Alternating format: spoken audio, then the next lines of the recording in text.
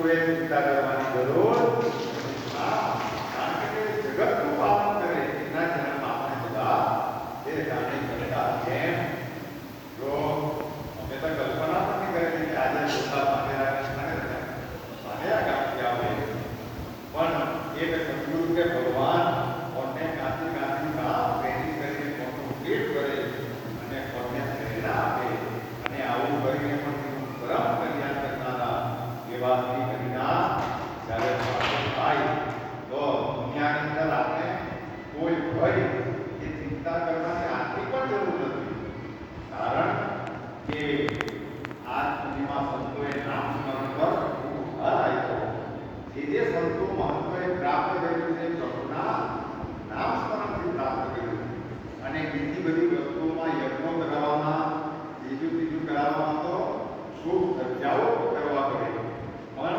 આ નામ સ્મરણ અને અંતર એ સામાન્ય ભક્તો પણ સરસ રીતે કરી શકે તો કાલે આજે પણ એક ઈચ્છાને કહેવા પડે કે આપણા તો આપણને ભગવાને બધું આપી દીધેલું પહેલા તો આપણું ધન આવું આપ્યું છે આપણા તો માથું ધન છે આપણા ગર્ભા છે બાળ બચ્ચા છે આટલી બધી ભગવાને આપણા પર કૃપા કરેલી તો છતાં પણ આપણે બધા કરતા જ એ પ્રકારની જરૂર હંમેશા પ્રસન્ન વદન આ સ્થાનિકને હંમેશા પ્રસન્ન રાખવા નહીં તો જેવો ભાવ રાખે તેવું પુણ્ય ફળ મળતું હોય જે હસતા રહે તેનું ઘર હંમેશા વસતું રહે અને જે માણસો રડતા રહે તો જ્ઞાતિની તબિયતો બગડે જ્ઞાતિની કઈ આદિત્યાદિઓ આપે પણ જે હસતા રહીને ભગવાનના કાર્યો ભગવાનનું સ્મરણ કરતા રહે તો ભગવાન તેને આરોગ્ય પણ પ્રદાન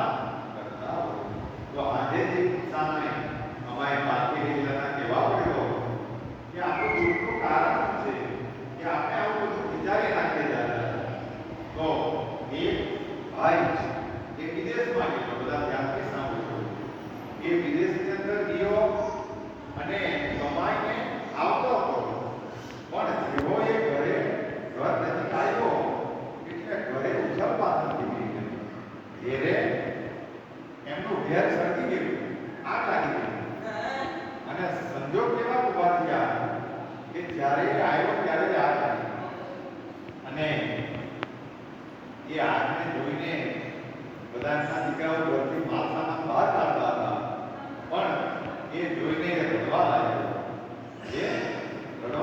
કે હાય મારું બધું પૂરું થઈ ગયું પણ એમનો મોટો દીકરો એમણે એમ કહ્યું કે પપ્પા તમે શાંતિ સમજ્યું હતું એમણે એમ કહ્યું કે પપ્પા તમે શાંતિ રાખો આ ઘર તો તમે વિદેશમાં જતા ને અમે વેચી કાઢેલું બધા ધ્યાનથી સાંભળજો તો બધાને ખ્યાલ આવશે આ ઘરને તો વેચી કાઢ્યું એટલે એને શાંતિ થઈ ગઈ કે ચાલ આ વેચી કાઢેલું એનો તો થઈ ગયો એટલે એ હસવા લાગ્યો પછી કારણ કે એને પછી આનંદ કે ચાલ હવે આપણને કોઈ બગડેલું નહીં મળે પણ એ આગ લાગેલી હતી એટલે આગ બોલાવવાવાળા બધા આવ્યા એ આગને ગમે તેમ કરીને ઓલવી નાખી એ આગને ઓલવી નાખી અને પછી એમને નાનો છોકરો મળ્યો એ નાનો છોકરો મળ્યો એમને એમ છે કે પપ્પા આટલું બધું પૂરું થઈ ગયું આ મકાનનો હોદો તો થઈ ગયો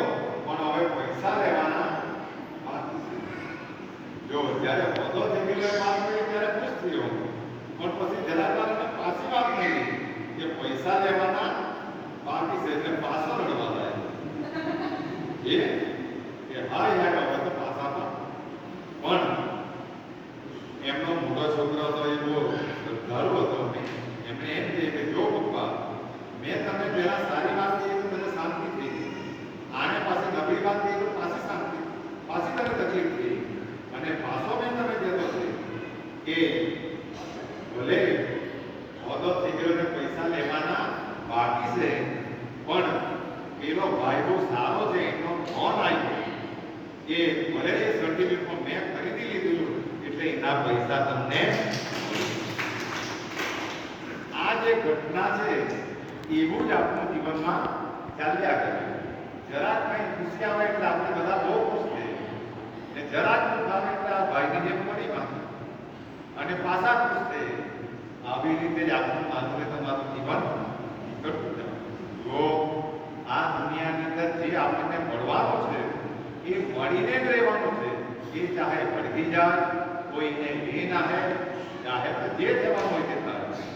એ બધી જગ્યાએથી લઈ નાશે, પણ આમાંથી કોઈ પણ લઈ નાખતા ચાહે દુનિયા એના પર રોક લગાવે. આ પવિત્ર વસ્તુ છે. જો સમજાઈ જાય અને એ એકવાર સમજમાં આવી જાય પછીથી માણસ નિર્ભય બની જાય. પછી એ કોઈ પણ વાતની ચિંતા કરતો નથી. તો જે હરિનામ વાત કર્યા કરે એમાં સહજ રીતે આપણી સ્થિતિઓ આવતી જાય. પણ આપણે બધા બીજી વસ્તુઓને કરવામાં હોશિયાર, જ્યારે હરિનામ વાત આવે ભગવાનની આજ્ઞાથીમાં માણસોને કંટાળાજનક લાગે. એટલે ભગવાન પણ પછી તેને તેવી સ્થિતિમાં મૂકે. કારણ કે ભગવાનની આરતી માટે જેને ભગવાન પ્રત્યે પ્રેમ છે એ તો દોડીને જાય. તો આ સ્થિતિ આપણને બધાને પ્રાપ્ત થયેલી છે અને આપણે બધા આનંદમાં કેમ રહેતા છે? ભગવાનનું નામ સત ચિત્ત અને આનંદ આપતા. એટલે જે ઇનામ પાછું કરે છે પછી સાંઈ બાબાની જેમ સચ્ચિદાનંદ સ્વરૂપ થઈ જાય. એ આનંદમાં રહેતા થાય. પણ આપણને આ બધી વસ્તુઓ કંટાળાજનક લાગે. ભગવાનના કાર્યો હોય ત્યારે માણસો પાના કરે કે મારે ફલાણાના લગ્નમાં જવાનું છતાં જવું જ પડે. પણ માણસો એ વિચાર નહીં કરે કે તે તો ખાલી લગ્નમાં જવાનું એટલે જવું જ પડે. પણ જેણે મને જન્મ આપેલો છે, જેણે મનુષ્યનો અવતાર આપેલો છે, તો ત્યાં મારે જવું જ પડે એવી શ્રદ્ધા કોઈ રાખે. પણ ભગવાનનો નિયમ છે, તે જેવો ભાવ રાખે તેવો તેને ફળ. માણસે જેટલી ભગવાન પ્રત્યે નિષ્ઠા રાખે, ભગવાન એટલી પીડાઓમાંથી મુક્ત. તો નક્કી આપણે કરવાનું કે આપણે તકલીફોમાં સળિયા કરવાનું કે કંઈક ને કંઈક ભગવાનની ભક્તિ કરીને ભગવાનના કામો કરીને મુક્ત થવાનું. જેવું તમે રાખે તેવું ભક્ત. એટલે હંમેશા આપણા હૃદયને આપણા મનને હંમેશા શુદ્ધ રાખીએ. આપણી ફરજો કઈ છે એ ફરજોને પૂર્ણ કરીએ. આપણી ફરજોમાંથી કોઈ કાતો જાણવાનું દુઃખ આપણે આવી નથી. પણ જે માણસો પોતાની ફરજોને નહીં મૂકે તો ભગવાન પણ એની ફરજોમાંથી છૂટતા. તો વિશેષમાં 16 તારીખે જન્માષ્ટમી અને 17 તારીખે એ જન્માષ્ટમીના ઉત્સવને આપણે બધા બધાને રડી આપો છે.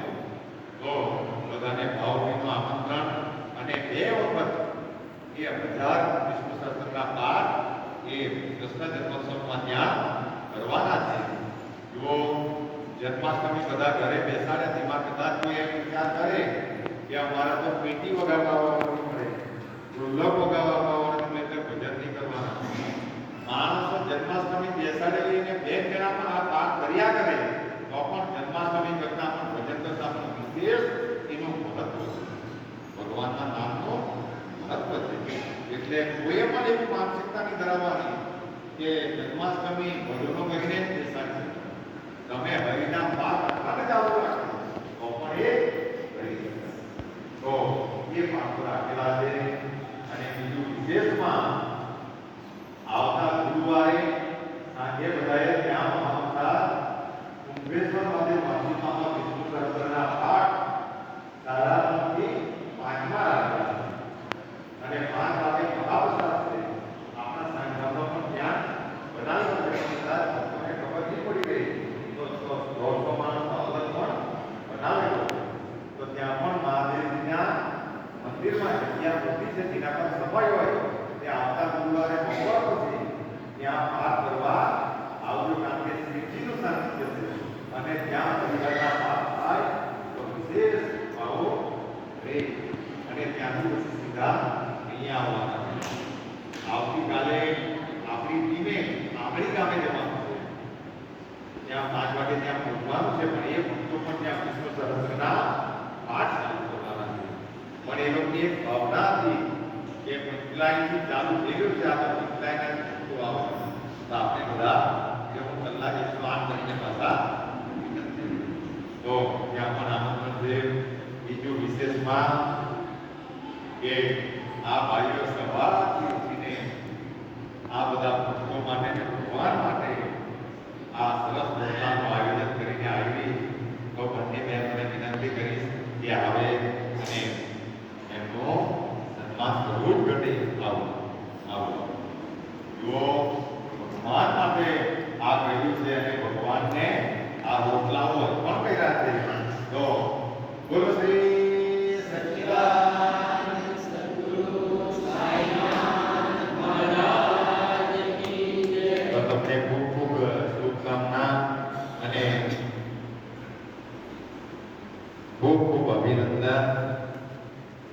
વંદનીય એટલા માટે છે કે કારણ કે આપવાવાળો લેવાવાળા કરતા હંમેશા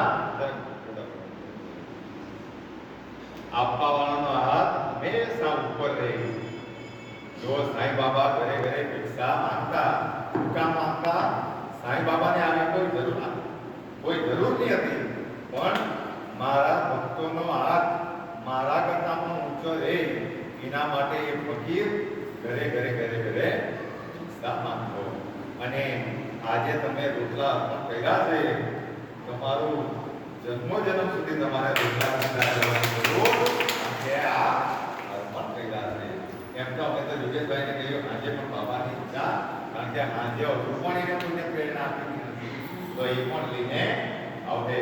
તો તમારું ખૂબ ખૂબ પરમ કલ્યાણ થાય અને હંમેશા આવા કાર્યો કરતા રહે. પછી જે ઘરની પોતાની બરોબર વાત તમને હંમેશા મૂકી રાખે. જો આ કેટલી હવે ધીરે ધીરે જેવી વસ્તુઓ અસ્તિત્વમાં આવવા લાગી, તો હવે કોઈ કે રોટલાને લાવવાના છે જરા આપણે બધાને પહેલેથી ઇન્ફોર્મ કરી જાય તો રસોડામાં પણ તેનું કેવી રીતે તો બધા ભક્તો